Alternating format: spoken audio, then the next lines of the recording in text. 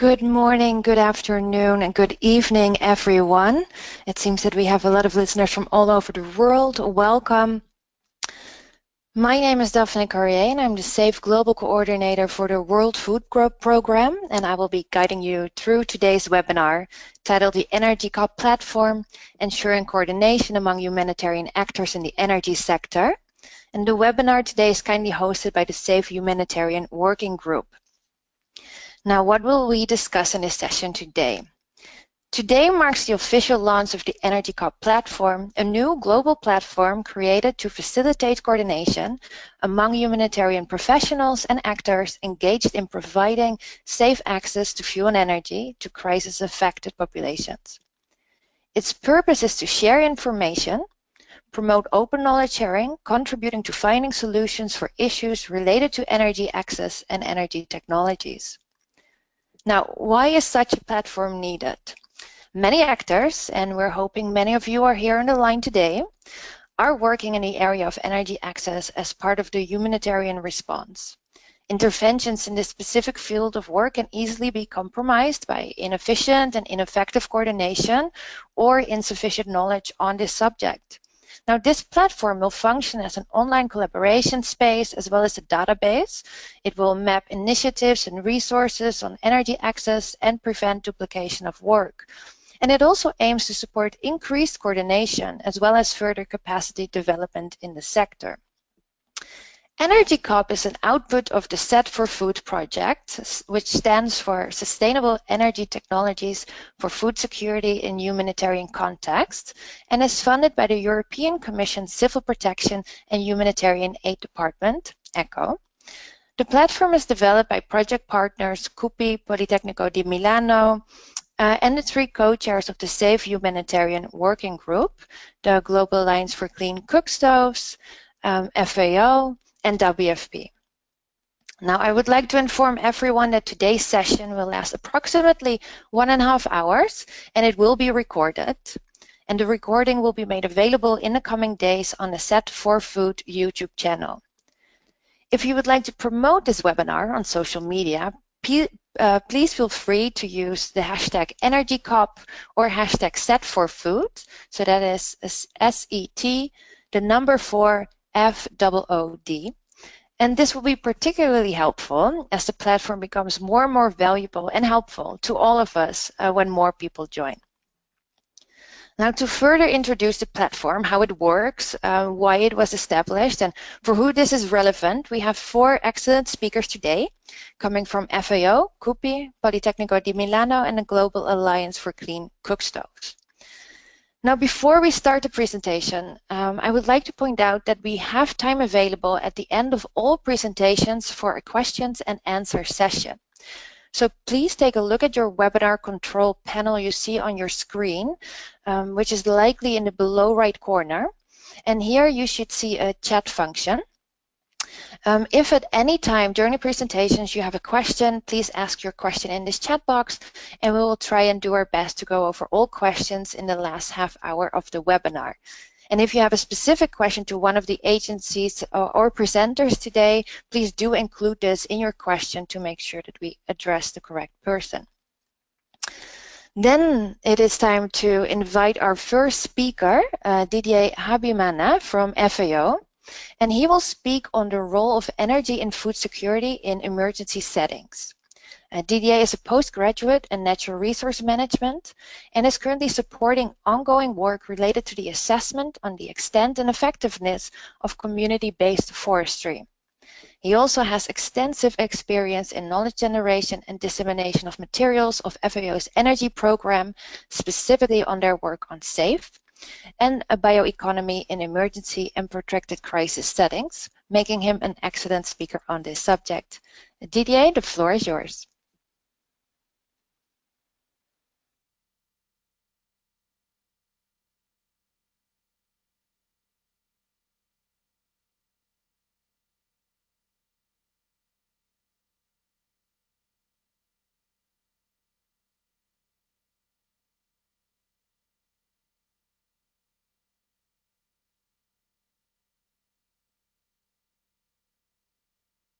Didier, I think you are on mute. We cannot hear you.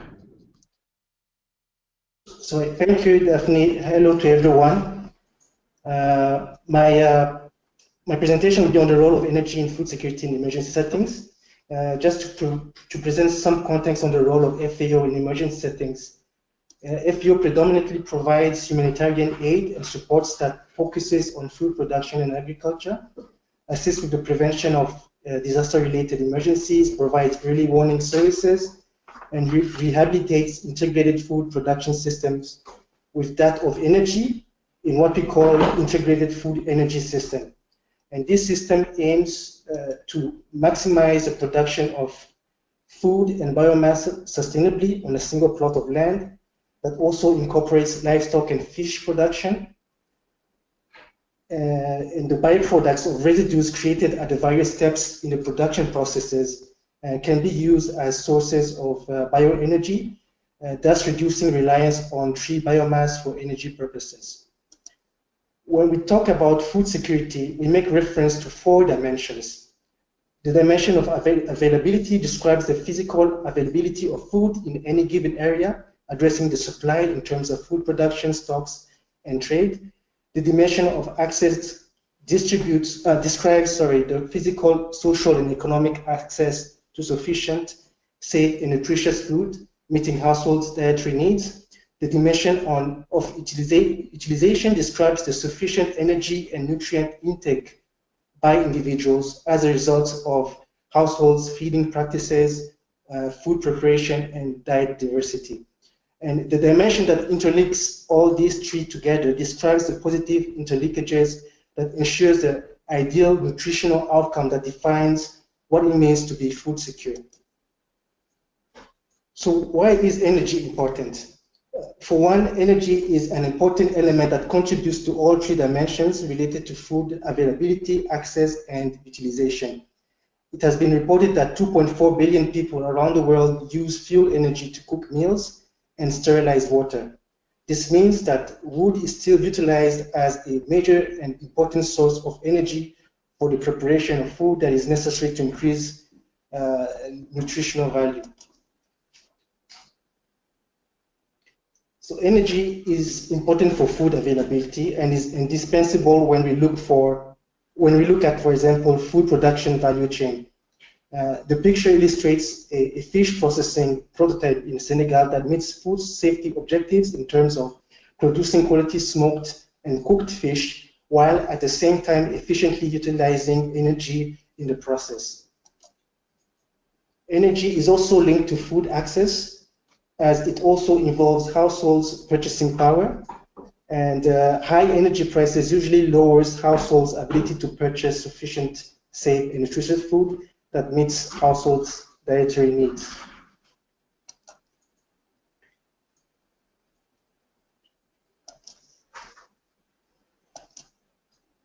Energy is importantly linked to food utilization in regards to food preparation that optimizes nutritional intakes and helps prevent malnutrition, contamination, and diseases. On the slide, there's an illustration of different types of cooking technologies. On the left, you have what we call a three-stone fire, which is basically a rudimentary form of cooking technology, which is not energy efficient when preparing food and is known to create a lot of smoke.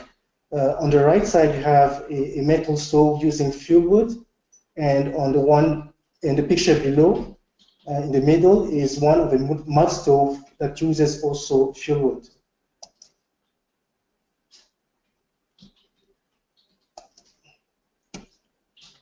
So when energy is scarce and unavailable, it usually leads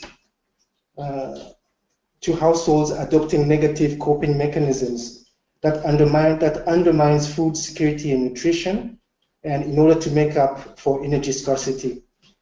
This can be seen as reducing the time allotted in food preparation and boiling water, dramatically reducing both quality and nutritional intake of food and increasing foodborne illnesses. It can also be seen as household skipping meals, or selling or bartering food for cooking fuel.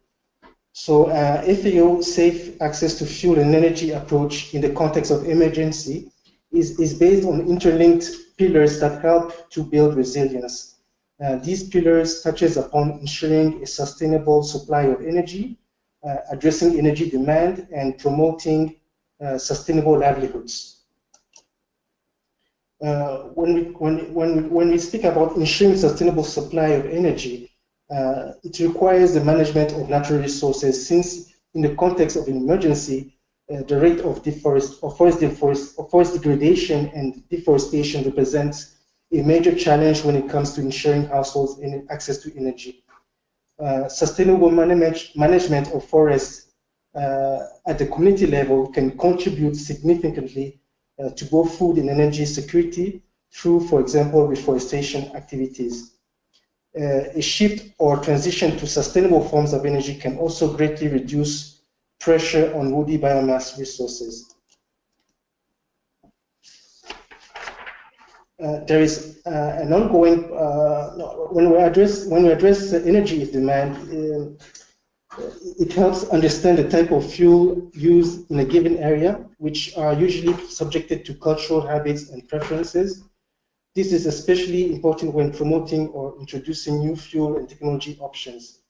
A participatory and bottom-up approach is usually utilized to assess consumer preferences, information about the willingness to pay for different fuels and stoves, all of which are important to understand ways in which transition to sustainable forms of cleaner renewable energy can be undertaken. There is an ongoing project in northeastern Nigeria that has an objective to enhance the resilience of vulnerable populations to severe insecurity and climate change.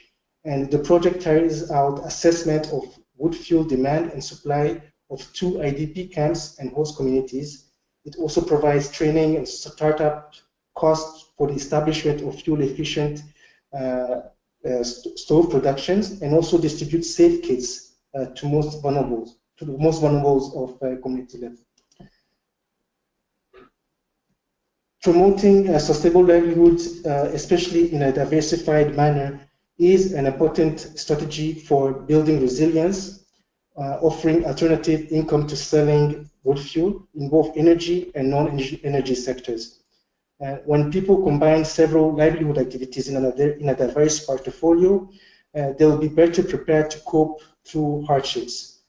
And the production of sale of fuel-efficient stoves combined with agroforestry activities not only contributes in reducing the demand for wood fuel, but also plays an important role in creating new employment opportunities that generate income. In Somalia, there's an ongoing project that has as objective to promote energy security and resilient livelihoods through gradual reduction of unsustainable charcoal production, trade, and of its use. And the project also promotes alternative livelihoods throughout the charcoal value chain involved in production and trade. The project also addresses aspects of rehabilitating degraded lands, and alternative livelihoods is being supported to vulnerable groups in terms of increasing level and assets through improved rangelands, crops, and animal productivity. So in conclusion, the launch of the ENERGYCoP platform will be highly beneficial to professionals working in the energy sector, in which knowledge on various tools, projects, trainings, and other materials can be shared in an open space, fully utilizing partners' experiences and added value. So with this, I come to the end of my presentation. Thank you for your attention. Thank you very much, Didier, for your presentation and giving us more insight in the role that energy plays directly on people's food security, and I think particularly in emergencies, and also what we can do and what has already been done by FAO to address this. Now, just as a reminder, if you have any questions for Didier, please, you can propose them already now in the chat function of your control panel below, and we will then get back to him at the end of today's session. I would now like to give the word to Cristina Zonzoni. I have really been practicing all these beautiful Italian names, and forgive me if I haven't yet perfected it.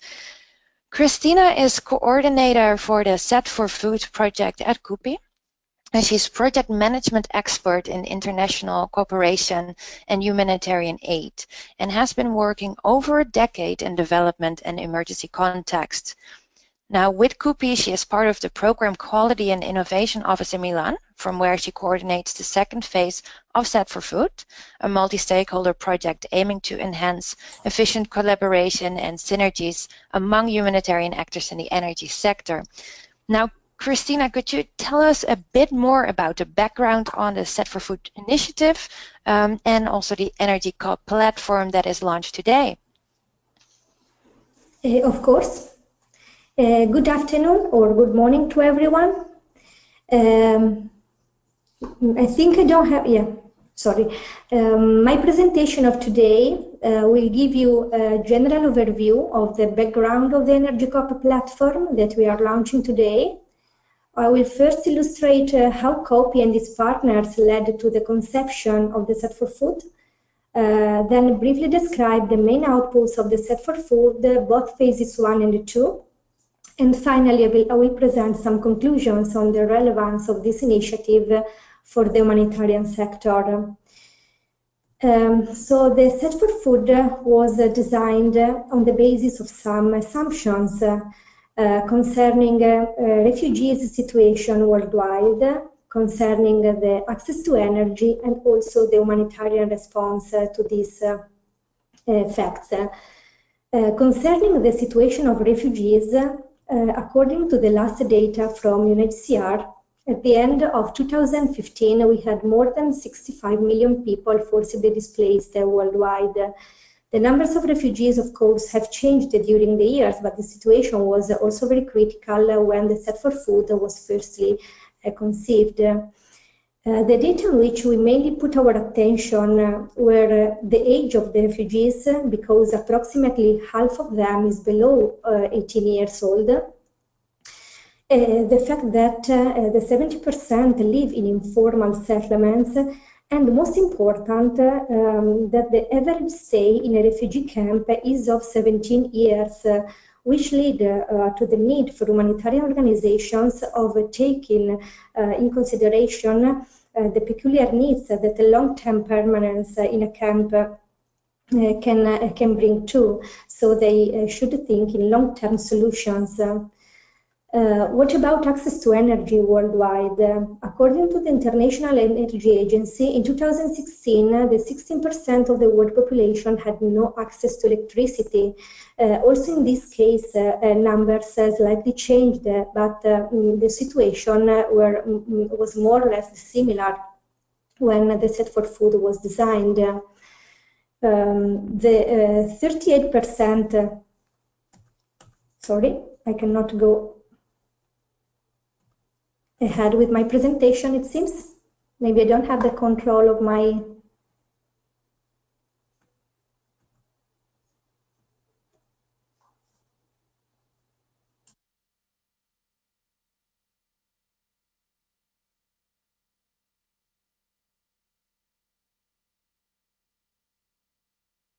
Yeah, sorry, Christina, just wait 1 second and then go ahead and click forward. Thank you.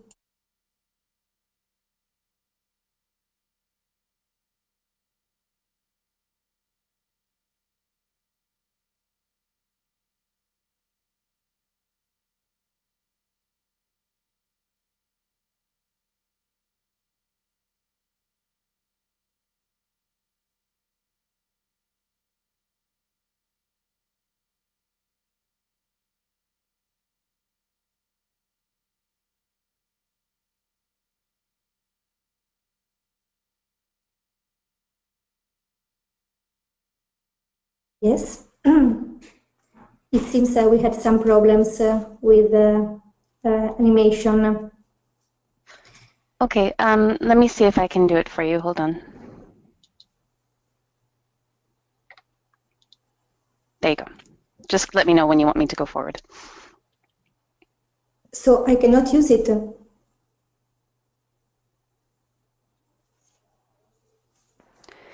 For now, let's just keep progressing, and I'll click for you when you're ready.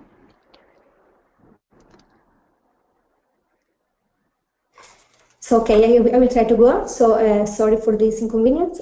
So the 38% of this global population relied on traditional biomasses and cooked over rudimentary open fires without clean cook facilities. Also, we know that traditional energy sources were used in an unsafe and in a unhealthy way. You can go ahead.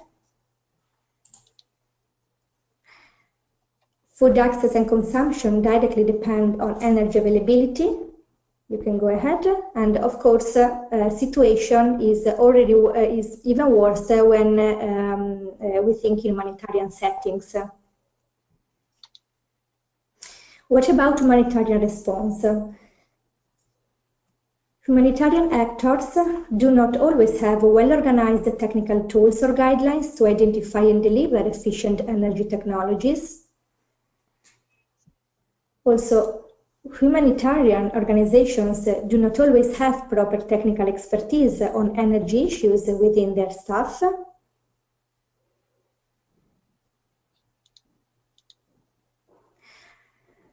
The coordinated planning and synergies among all actors within the sector are very crucial for enhancing their response efficiency.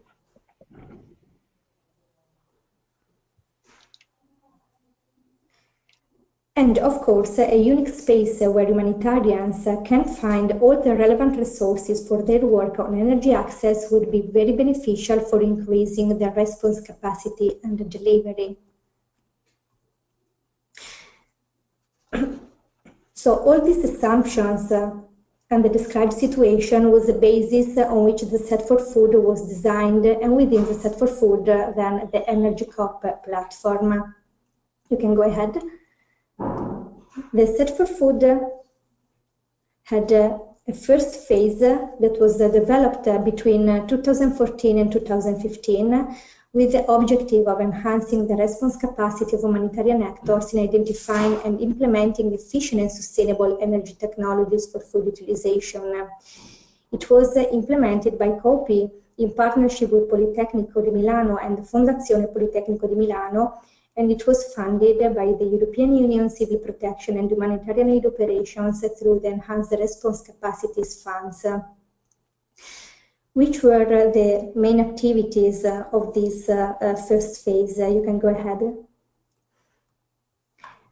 Yes, the main activities were, yes, first, practical tools to support the design and field implementation of energy solutions for food utilization. Then training and dissemination activities to sensitize and foster synergies among humanitarian actors, and pilot projects that were developed to test the mentioned energy solutions in 4 countries, Haiti, Central African Republic, Somalia, and Lebanon. The main outputs that we had were, on one side, open access resources. Among them, we had a Set for Food website, a dedicated YouTube channel, and e-learning courses. Other outputs were practical tools that were developed, among them the Decision Support System software elaborated by Politecnico di Milano, a handbook that accompanied the software, and a book of guidelines on sustainable energy technologies for food utilization. All these tools and instruments were realized for being applied in 5 areas: food preservation, cooking, water treatment, water pumping, and power generation.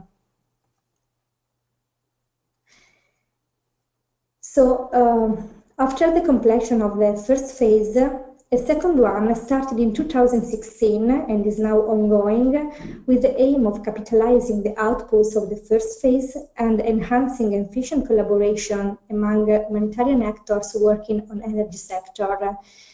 This second phase is also funded by the European Union Civil Protection and Humanitarian Aid Operations, and it is implemented by COPI in partnership with Politecnico di Milano and 3 new partners that are the co-chairs of the SAFE Humanitarian Working Group, namely the Global Alliance for Clean Cookstoves, the Food and Agriculture Organization of the United Nations, and the World Food Programme.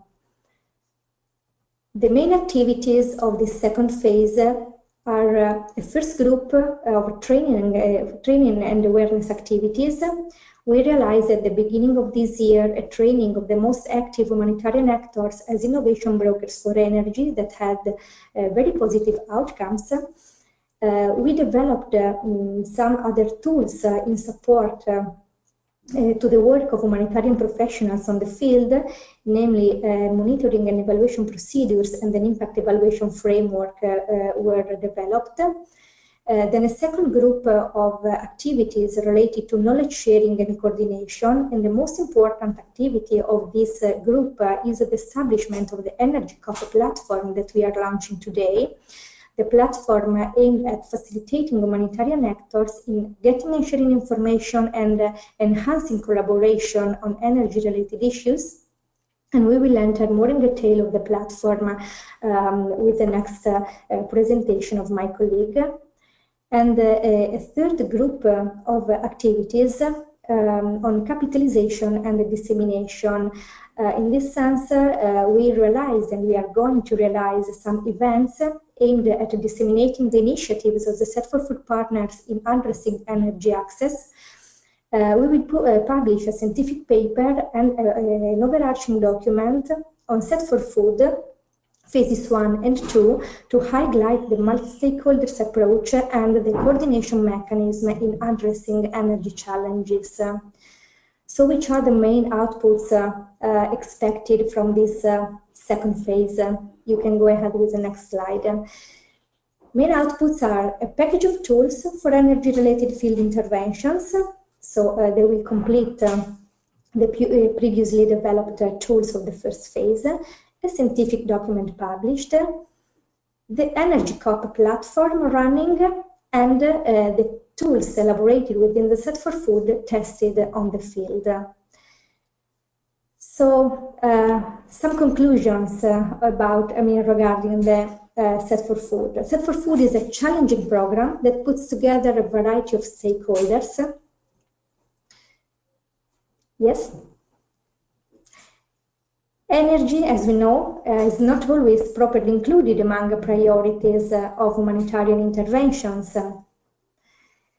And we should encourage humanitarians in including some energy component in their responses when relevant. In this sense, in need assessment should always be including some energy access component. We should promote the testing of the Set for Food tools on the field. And most important thing, we should join the ENERGYCoP platform because coordination and collaboration are pivotal for improving the effectiveness of energy humanitarian responses. And we should promote the ENERGYCoP platform to relevant stakeholders and invite them to join and to contribute to its animation because ENERGYCoP creates value as more people join. I really hope that you will find the ENERGYCoP interesting and valuable for your work. All the partners of the Set for Food have worked hardly in the past months in order to develop the platform in the best way. My colleague Kathleen of the Global Alliance and representing also the SAFE Working Group will give you a more detailed description of the ENERGYCoP, how it works, its futures and the potentials. Many thanks for your attention. I really apologize for the inconvenience of not being able to use my mouse directly to pass through the slides, but I hope that it was clear enough. Thank you. Thank you, Christina. And I think despite the technical difficulties, you really gave us an excellent background on the Set for Food initiative and the coming together of the ENERGYCoP platform. And as you already said, the next speaker will help us learn more about the features of the ENERGYCoP platform. and how this can be relevant for many of us here today. Kathleen Gallagher from the Global Alliance of Clean Cookstoves joins us to tell more. Kathleen manages the day-to-day activities of the humanitarian program at the Global Alliance for Clean Cookstoves, among which she coordinates the Safe Access to Fuel and Energy, or in short, SAFE Humanitarian Working Group, where she advocates for greater inclusion of energy access in humanitarian response. Thank you, Kathleen, for being here today, and I would like to invite you to walk us through ENERGYCoP and its features. Thank you, Daphne, and thank you, Christina and Didier, for your really great presentations.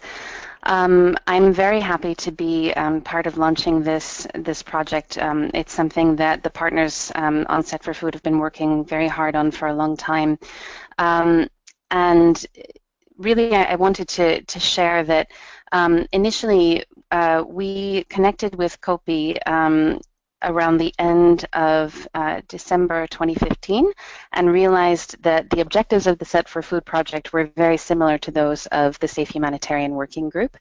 And so this was an opportunity to combine efforts, which is exactly the point of ENERGYCoP, and it's what we hope to facilitate. So briefly, I just wanted to start us off from the main SAFE website, which will be the home for ENERGYCoP going forward. If you're not familiar with the SAFE Humanitarian Working Group, you can always visit us at safefuelenergy.org, and you can click About to learn a little bit more about the SAFE Working Group and what we do. But for today, I'm just going to take us straight to ENERGYCoP, which you can find right here. You can also go directly to the link that you see at the top of the screen, which is energycop.safefuelenergy.org. So ENERGYCoP has two chief features that we want to talk about today. Firstly, it has a database which contains, as you'll see on the screen, projects, technologies, resources and tools, and training. And I'm just very briefly going to take you through these. Now, initially, the projects, technologies, and resources were stored on the original SAFE website, but we have now combined them with a number of other resources and moved them over to ENERGYCoP so that everything is now hosted here. So first, let me just show you projects.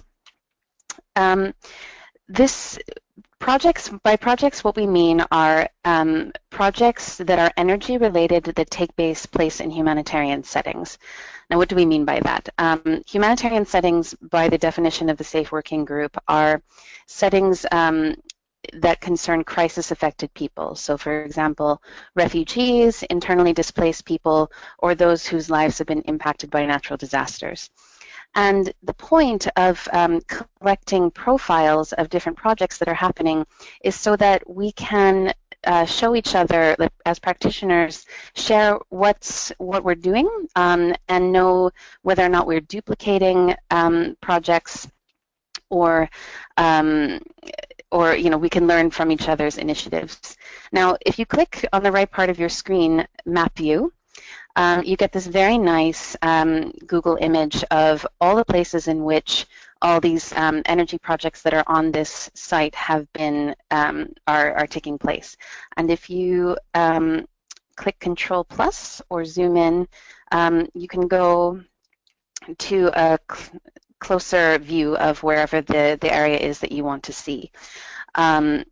So for nothing else, we encourage anyone who has launched a project that is underway in an energy project in a humanitarian context to add a project to this website, because the more projects we have, the more it will be possible for people to collaborate and communicate with each other.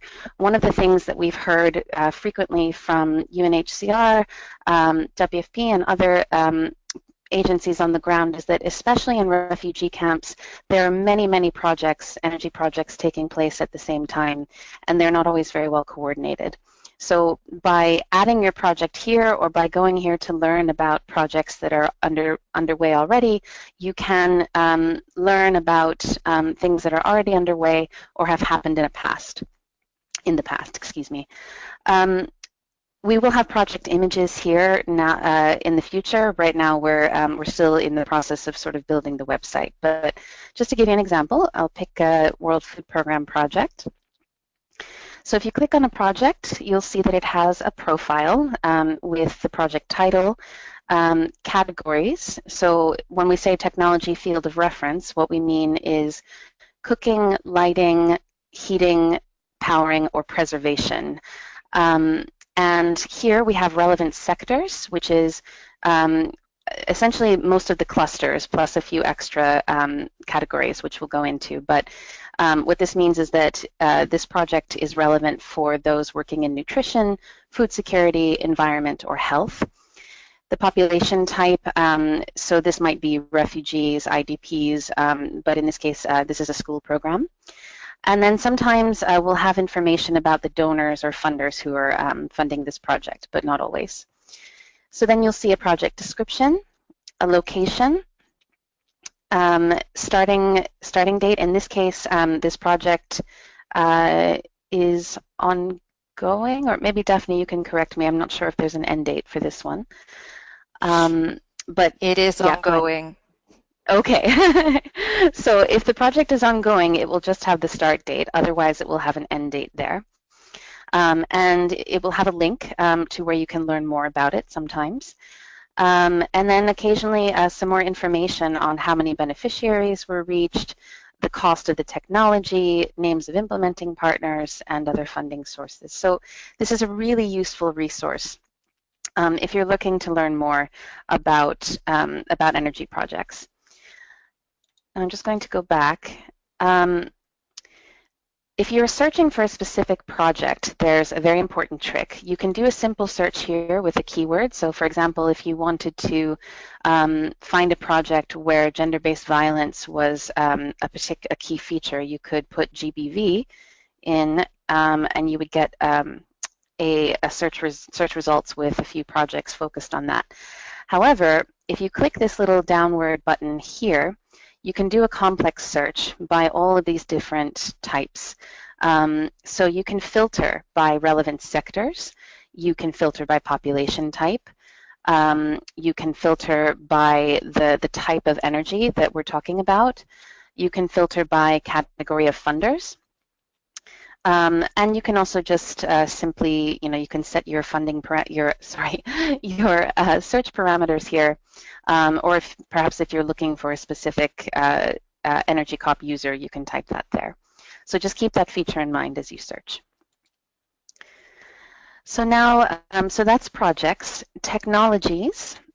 This is essentially a technology database where we're trying to keep track of any and all technologies that are in use among humanitarian populations. So that includes cook stoves, lanterns, mobile charging devices, solar home systems, anything like that. The idea is for there to be only one entry per technology. But so for each distinct product. So for example, there's one for a D-Light S20 solar lantern. Usually the profiles for these will not be too detailed, but you can learn a little bit just about where, in terms of relevant sectors, this product will have been used in a few projects. The link here is to Lighting Global, which in this case will have a profile of this product where you can go to learn more. So really, the technology database is not meant to be a comprehensive overview of each technology. It's sort of just a gateway for you to learn more. So for example, if we wanted to look at a cook stove, see DeVos Solar Cooker. Oops, we don't have a link for that one. Let me go back. So let's say we don't have a link for that either. 1 second.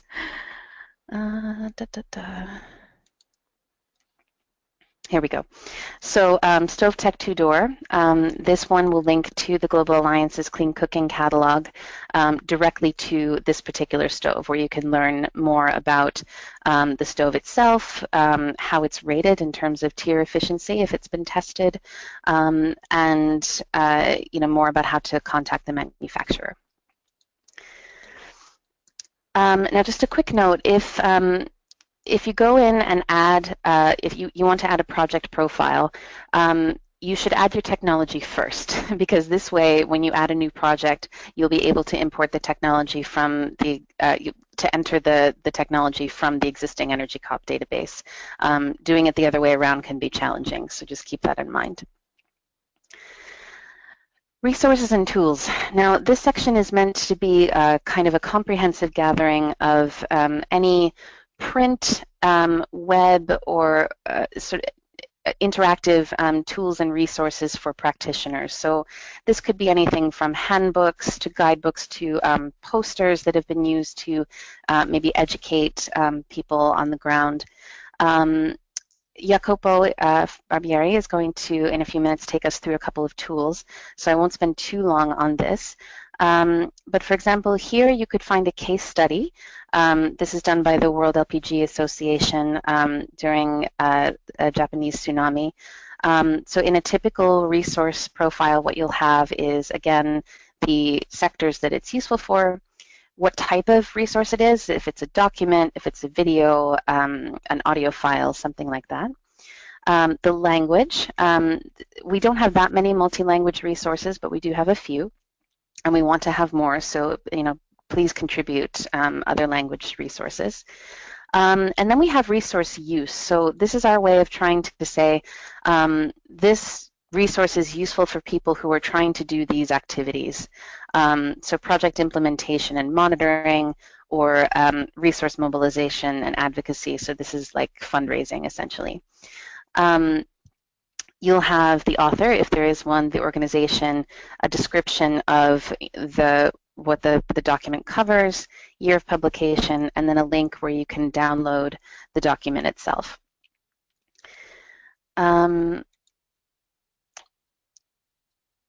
Yeah, so I think I'll leave that there. Oh, and once again, so to remind you, you can again do a complex search for resources that you might need. So as you see right here, we have languages, English, French, Spanish, and other, but we're hoping to add more. So again, if you have others to contribute, that would be wonderful. Resource type is nice. Interactive tool is something like a decision support system, something where you would type in information and the tool would spit something out. A document like a PDF or a Word document, a video, a website, or something else. The full list of resource uses reflects the sort of program planning cycle that a lot of humanitarian organizations use. So needs assessment and analysis, strategic planning, resource mobilization, implementation and monitoring, review and evaluation post-project, and training and capacity building, which we added for the purposes of to aid our practitioners. Relevant sector, again, you have all of the existing clusters in the humanitarian system, from nutrition and food security all the way through camp management and coordination. And then because they are currently missing from the cluster system, we added environment and gender, which I believe, oh, maybe we didn't add gender. So if something is not reflected here in these filters, you can always search it by keyword. So for example, if I wanted to do a simple search on gender,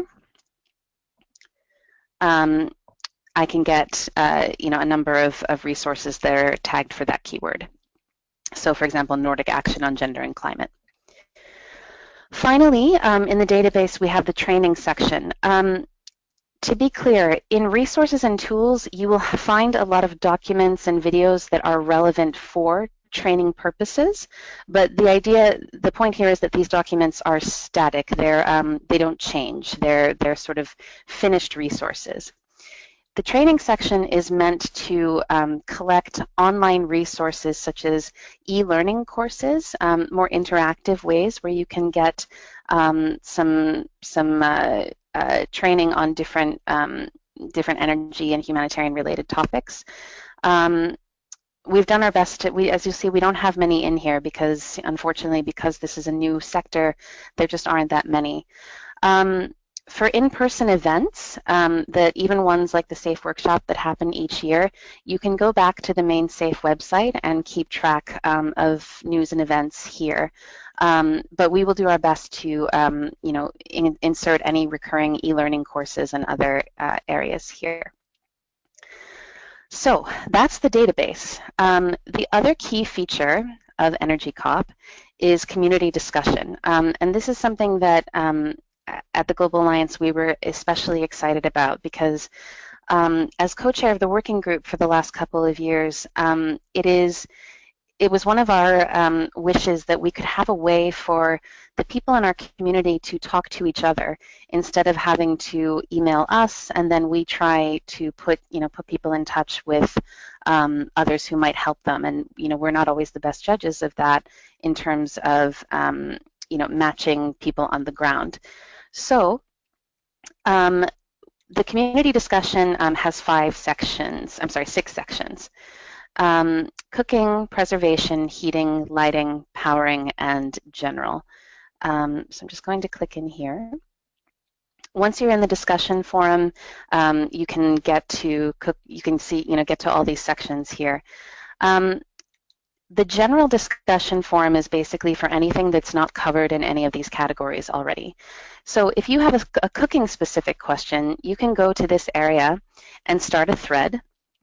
A discussion essentially, and just to note, if you are not signed into the platform as a user, you will not actually be able to participate in this forum. You might be able to read some posts, but you will not be able to contribute. So this is a great incentive for you to join the platform and sort of be proactive. So cooking related questions can go here. Things related to preservation, which might be food preservation, but also, for example, might be keeping vaccines cold or other things related to preservation. Heating or heating and cooling, this has mostly to do with shelters and keeping households warm, but there are other applications for this. Lighting. Similar again, this could be standalone product lighting like lanterns or solar, lamps and charger devices, but you could also talk about street lighting in camps and safety. In a typical post, this is just an example post right here. You would click on it, and this would be the place where you could reply. I'm just going to sign in so that you guys can see a little bit more of what this looks like as a user. Oops. Okay.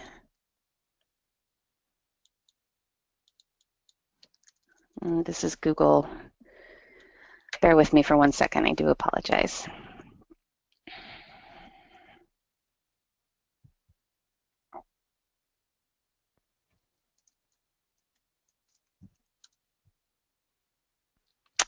Okay, so we'll come back to that. Sorry. Now, general. This is an area that basically covers anything that you're not already talking about in these 5 areas.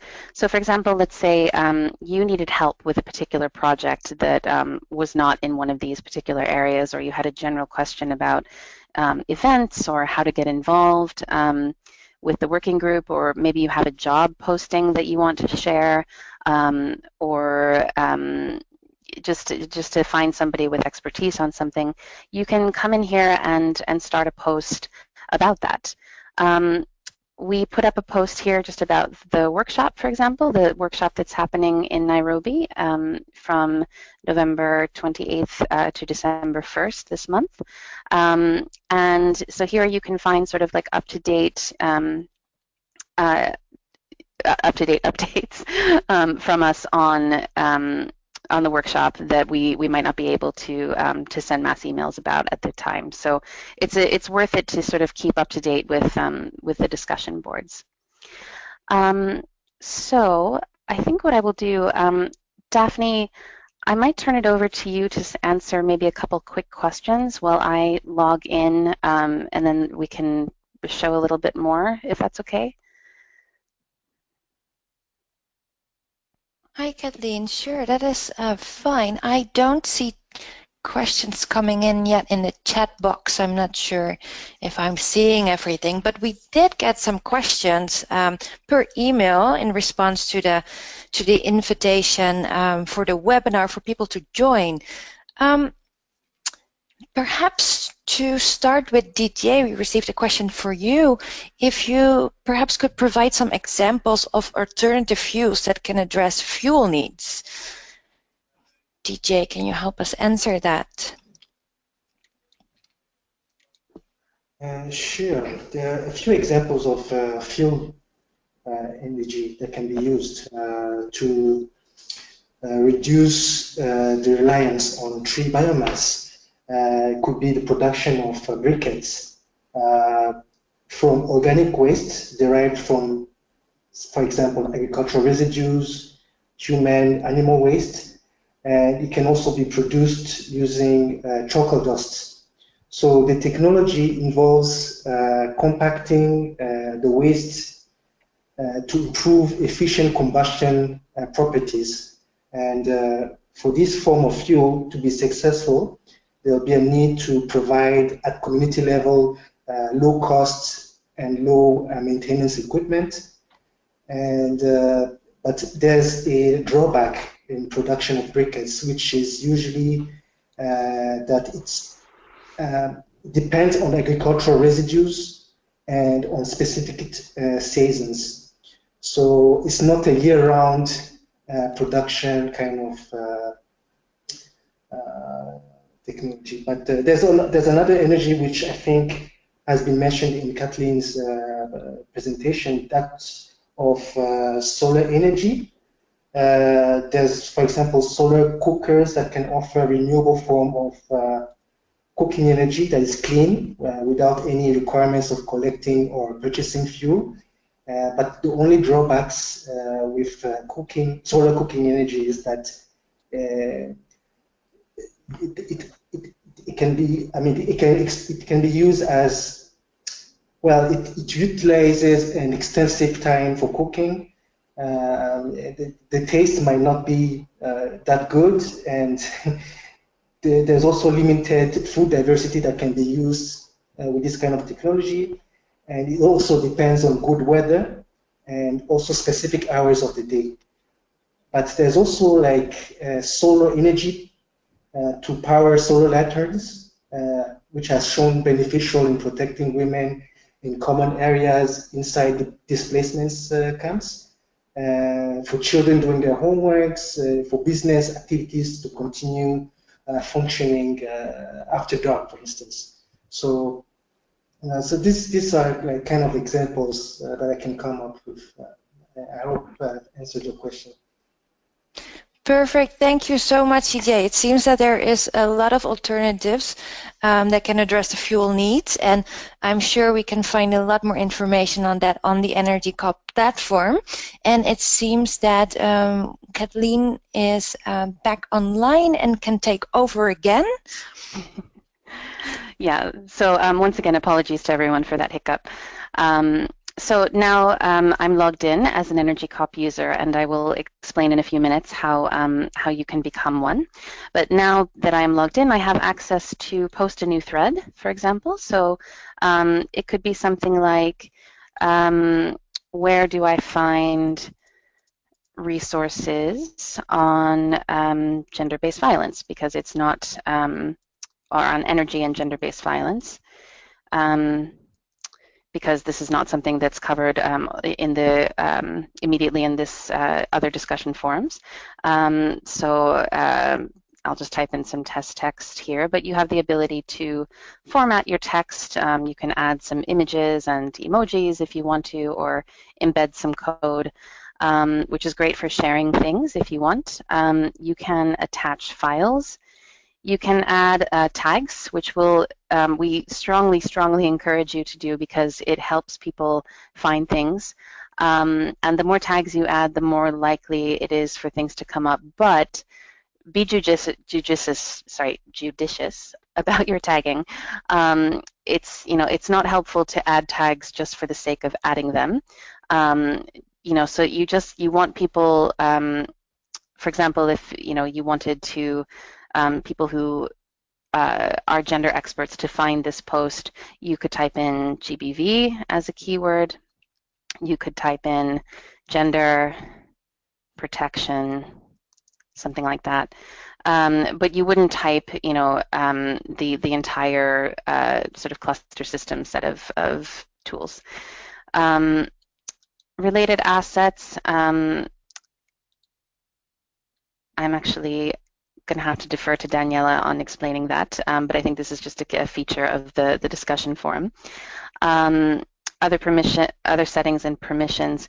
Permissions allows you to set who is able to see this. So whether it's anyone, the public basically, people who are members, or just you. And then you can either save your comment as a draft or you can publish it. So I'm just going to cancel out of this. RSS over here means that you can subscribe. So if you wanted to receive updates on this particular area, whether it's general cooking, preservation, etc., you can subscribe to it, and you'll receive those updates. Now, to become an ENERGYCoP member, I'm just going to log out so that you can see. What you do is when you go to energycop.safefuelenergy.org, you go up to the top where it says sign in, and you won't see any credentials here, of course, yet. You hit create account, and then you can fill out your entire profile. You'll be able to edit this information later, so you don't need to worry about making it perfect right away. All the fields that have this little orange asterisk next to it are required, so we do ask that you fill those out. Then you'll have this this CAPTCHA verification to make sure that you're a real person. And once you're done, you click Save down at the bottom. And I'm not going to, let me see if I haven't, I'm not going to do that at this moment, but what happens after you click Save is that you will get a screen that shows essentially, oops, this login information, but you will see a message at the top which says that your account is pending confirmation or pending approval. So you will not be able to set a password for your account until you receive an email to your email address that says that your account has been approved. And when you get that email, you'll be able to enter a temporary password to log in, and then you'll be asked to accept the terms and conditions for the website and set a new password for yourself. And after that, you will have full access to the platform. One thing to look out for is that sometimes the approval email can take a little while to arrive because we do it manually on our side. And also to make sure to look for it in your spam folders just in case your email systems filter it out. We had a question prior to the webinar asking about whether or not the discussions were country-specific. Or the resources are country-specific. So in terms of resources and tools in the database, you can search by country, not specifically, but you could, you could type in country as a keyword, which will help you find things. In terms of the discussion forum, this is not automatically organized by country, but what you can do, if you so wish, is you can start a thread in general. Of course.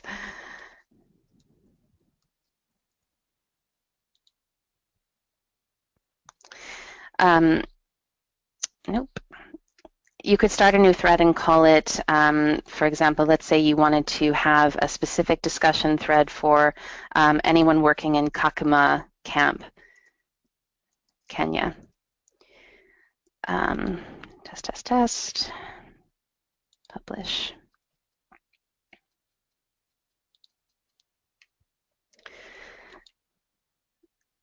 So then you have this this thread which people can reply to, and all the subsequent discussions will take place within that thread, or you can go and start a new thread. So you can organize things by discussion by country, but it's not automatically done.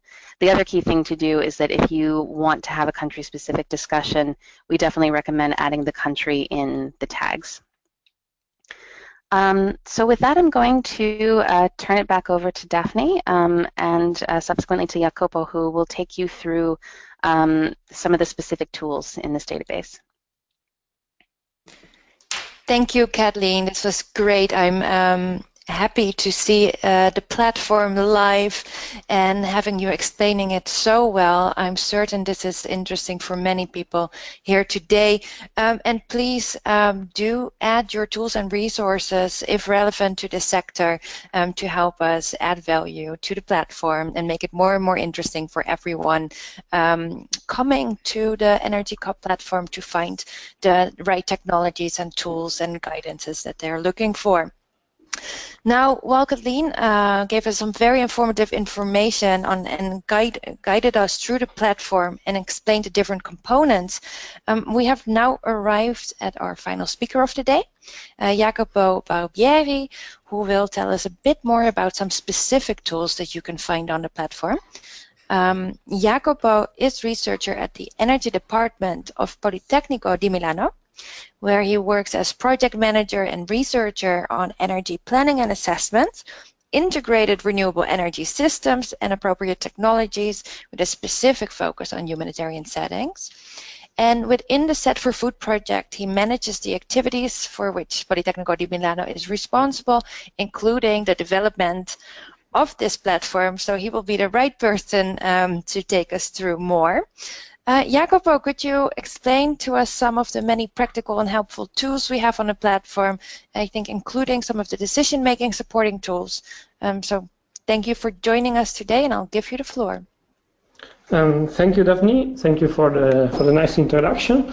So yes, I'm connected from Politecnico di Milano, and as one of the contributors of the Set for Food project, I'm participating as a member of the university that is one of the scientific and technical partners of this project.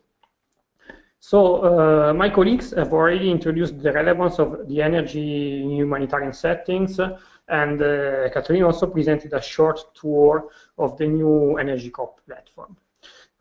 So now my aim is to go a little bit more into details by providing some examples as regards the tools that the platform is already hosting. So in particular, just to give an example, I will focus on a couple of the tools that have been developed specifically during the Set for Food action. So the first tool that I want to show you are the Set for Food guidelines on sustainable energy technologies for food utilization that were already briefly introduced by Cristina Sonzoni. So the Set for Food guidelines are a tool which provide technical information as regards different technologies which are both related to energy and food, so are related to the energy-food nexus, and that could be adopted in a humanitarian context. So the guidelines are hosted with all the other tools in the platform. So I will search just here. And in this case, the guidelines are physically hosted on the Set for Food website because of the dimension of the file, but you can be redirected directly by clicking on the link.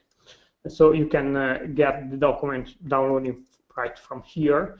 But I already have a copy on my computer, so I will show you just from my screen. So as you can see by looking at the document, the guidelines are an extensive document of more than 250 pages, which provide a general and technical description of different technologies which may be successfully adopted in critical contexts such as humanitarian situations. And so the aim is to provide practitioners and humanitarian operators with technical knowledge on such energy technologies. The technologies are grouped into 5 main macro areas that are the same areas that Cristina was talking about. So we have cooking, food preservation, electrical power systems, and water supply. And to go a little bit more into details, the guidelines are divided into 3 main levels. So in the first part that I'm showing now through the table of contents, the 5 macro areas are analyzed starting from the specific context of humanitarian settings and looking into the general technical characteristics of the technical group. So you see we have cooking technologies, then we have food preservation, electric power system, etc. Then if we go in the second section that starts with the chapter 6, we have a number of technical sheets. And so in this case, they give specific technology characteristics, as well they give indications on and how-tos for local construction, warnings to the utilization, specific requirements of the single technology, indication and operation and maintenance, and also rough indication about the cost. So for example, I can click on a technical sheet just to give you an idea of how it appears. And then we have a third section. I go back to the table of contents. So the third section that is actually composed by chapter 7 and 8 that present the concept, introduce the concept and approach of innovation that was used during the development of the Set for Food project, and also you can find some general recommendations regarding practical problems on technology implementations, which are discussed in the light of the Set for Food experience. The guidelines are also provided with many figures, and I mean, we tried to be very practical and to are done to inform also people that are not, they don't have a very technical background. And so this is the first tool. The second tool that I want to show you today, I go back to the resource and tools section, is the impact evaluation framework tool. That is this one. So in this case, we have an Excel tool, which is interactive, of course, and can be downloaded and used to get a first evaluation of impact of energy-related projects with a focus on humanitarian. So also in this case, you can download it directly by following the link. But also in this case, I have already a copy here.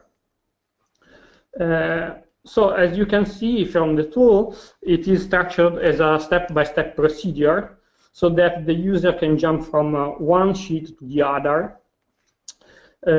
following the different steps of the framework.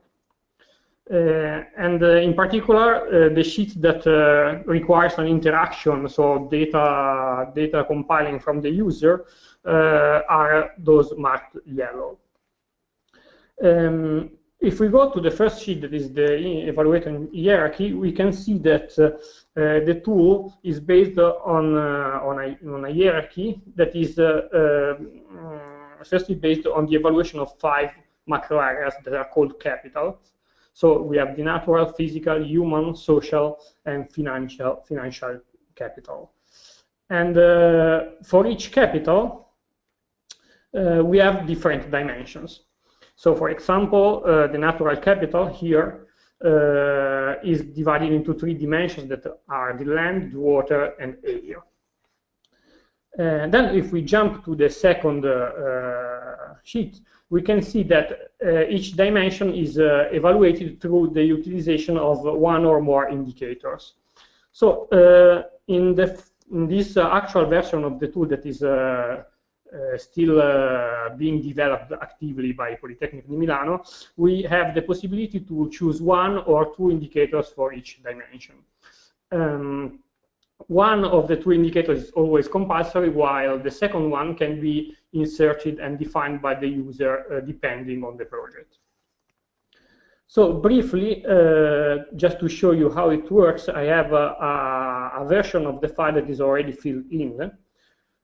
So here I compiled with the form with some indicators, and I gave some you have the possibility to give a value from 1 to 5 to give a qualitative evaluation of the ex ante and ex post situation based on a comparison between the two situations.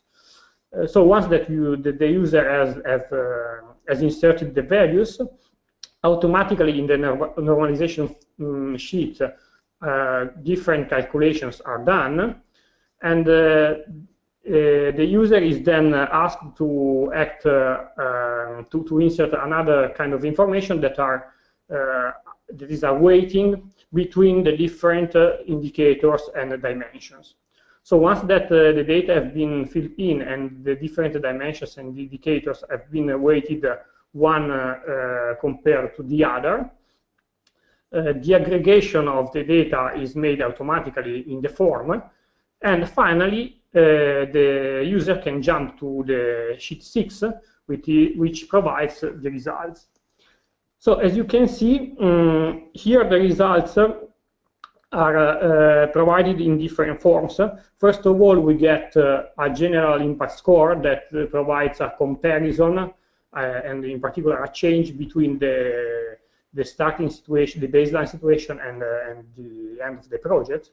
But also we can visualize the results, for example, on this kind of diagram, and with different levels of aggregation. So in this case, we have the result aggregated to the different capitals, but we can also see the results that are aggregated are disaggregated, so we have results dimension per dimension.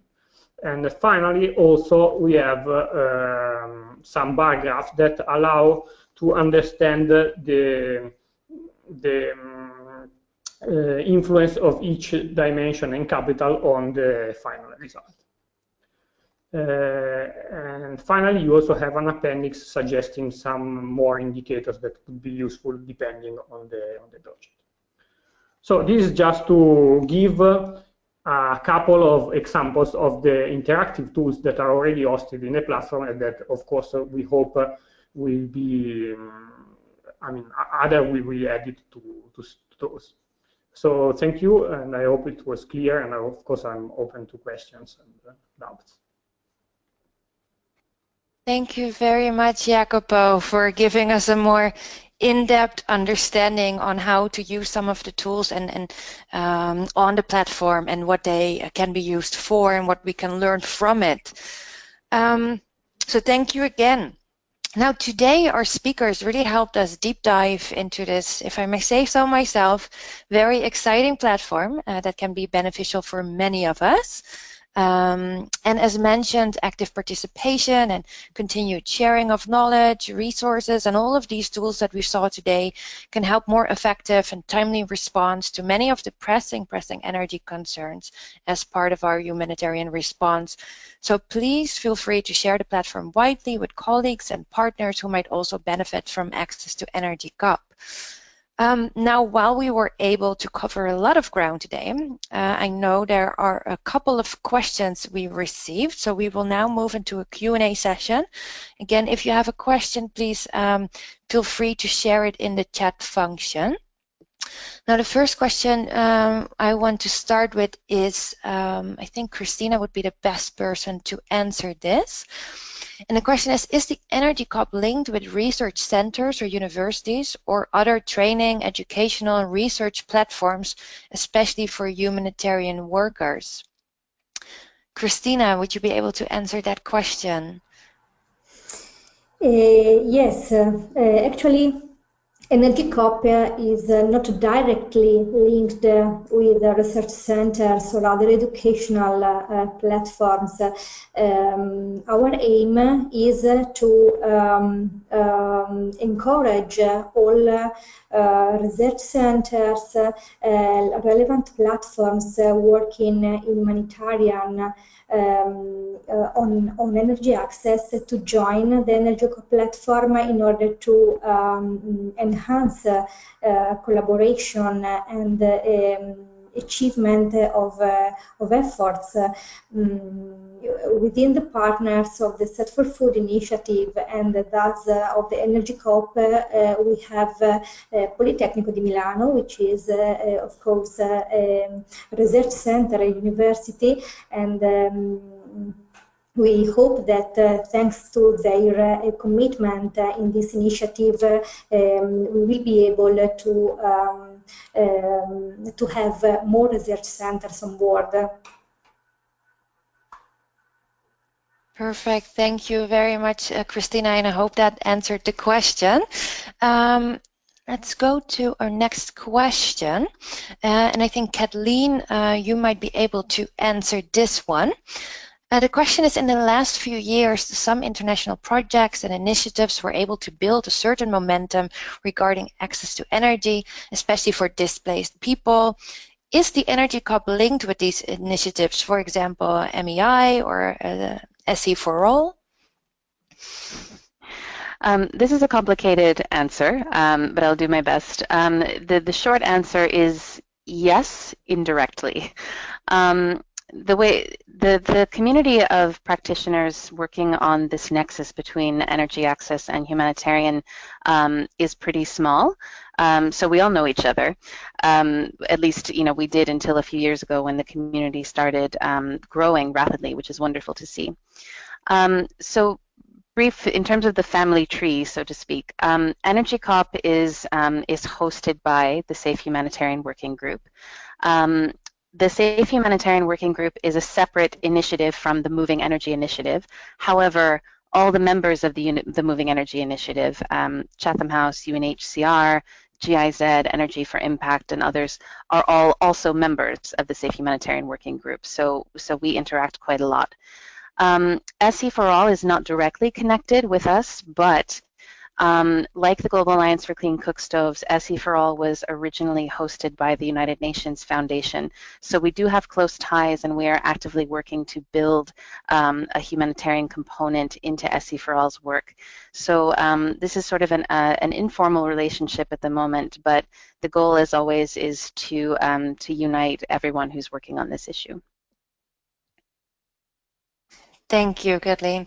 We had another question. Do you have an example where solar power is being used on a large scale for the purpose of cooking? And I would like to ask Didier if he would be able to give an answer on this one. Although it is a clean source of renewable energy, I'm not aware of this kind of energy being utilized at a large scale. Like I said earlier in one of the questions, when I presented solar energy, it has some drawbacks. You cannot cook a wide range of food diversity on solar energy. But what I can say is that what is important to know is that assessing the needs, a few needs of IDPs, vulnerable groups, host communities is important, so that the transition to more sustainable forms of cleaner energy, cleaner renewable energy, will be done in a way which is participatory and acceptable to groups. So I cannot say for certain that solar power is the large scale is used at the large scale.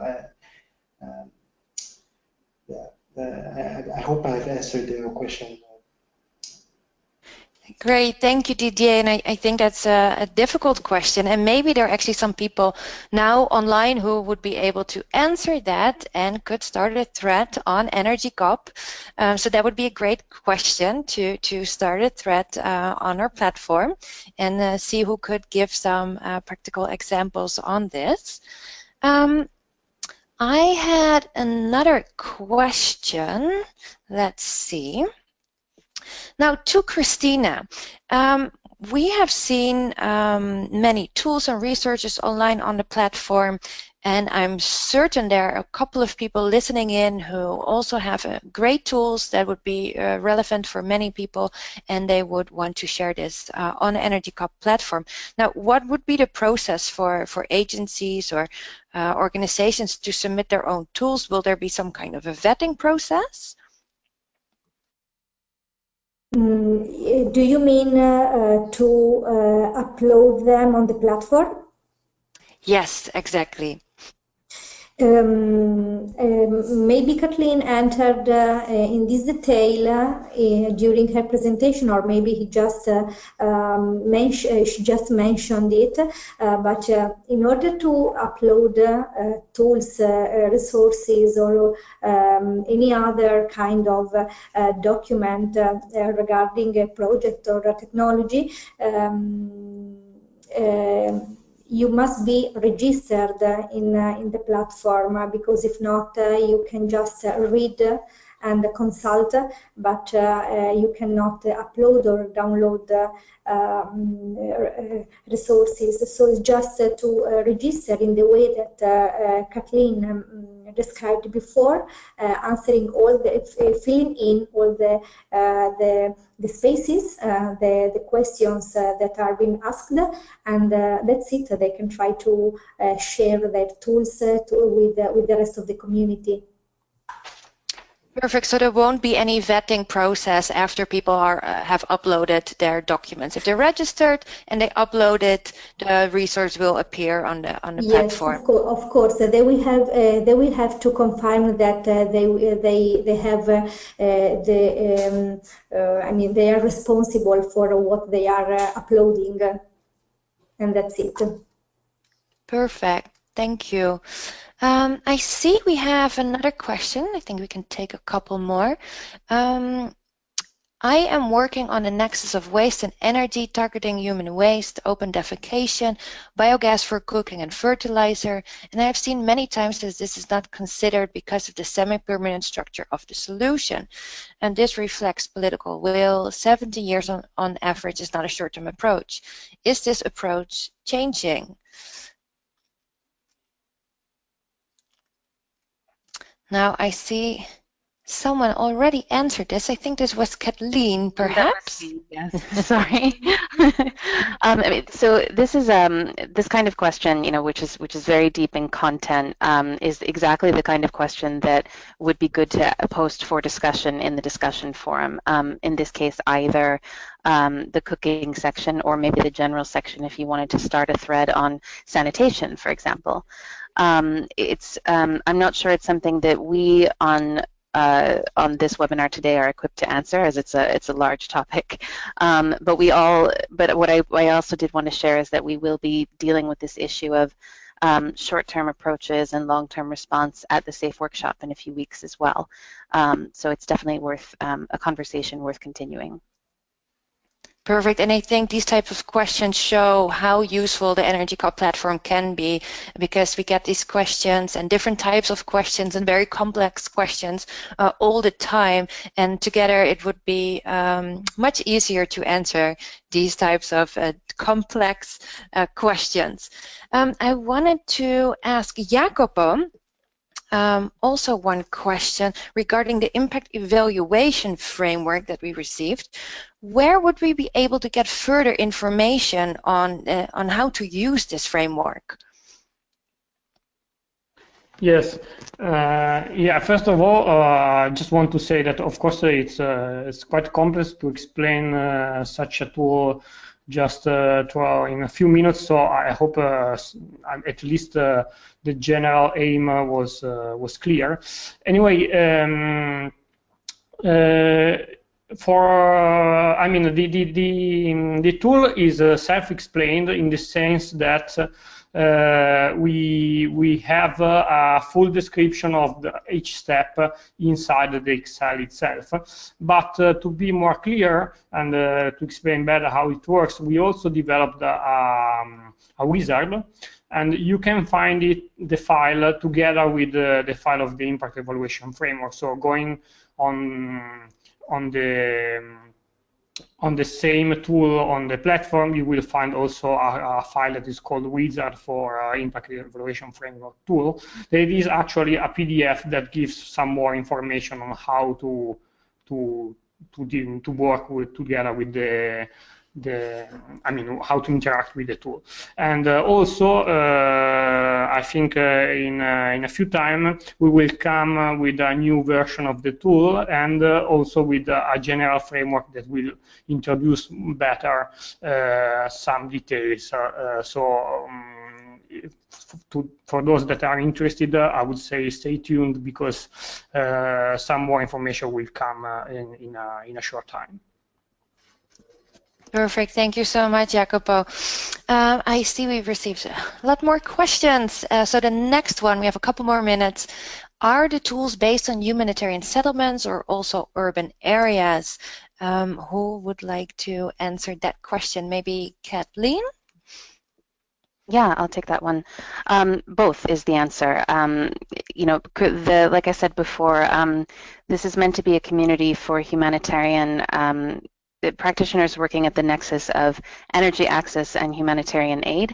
And humanitarian aid can encompass settlements, you know, displaced people living in urban settings, or just simply those who've been who've had their homes and livelihoods destroyed by natural disasters. What I would say is that this issue of urban response is actually kind of a subtopic in humanitarian response. So starting a thread in the general discussion forum for this topic would be a great idea. Perfect, thank you. And another question, at what level do you undertake community discussions and who is involved? Maybe Christina can help us answer that? Yes. Community discussions will be among all the members of the community, so among all registered persons. In this case, it will be also compulsory to be registered in the platform.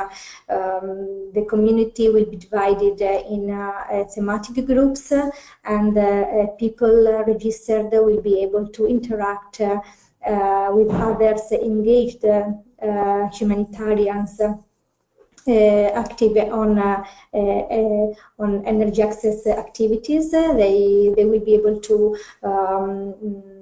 give solutions, provide inputs, or ask for support, put questions, or whatever. I mean, the topics will be posted by each member. If someone has something to post, he or she can do it, and the other members of the community will try to answer, also depending on their position or on their expertise.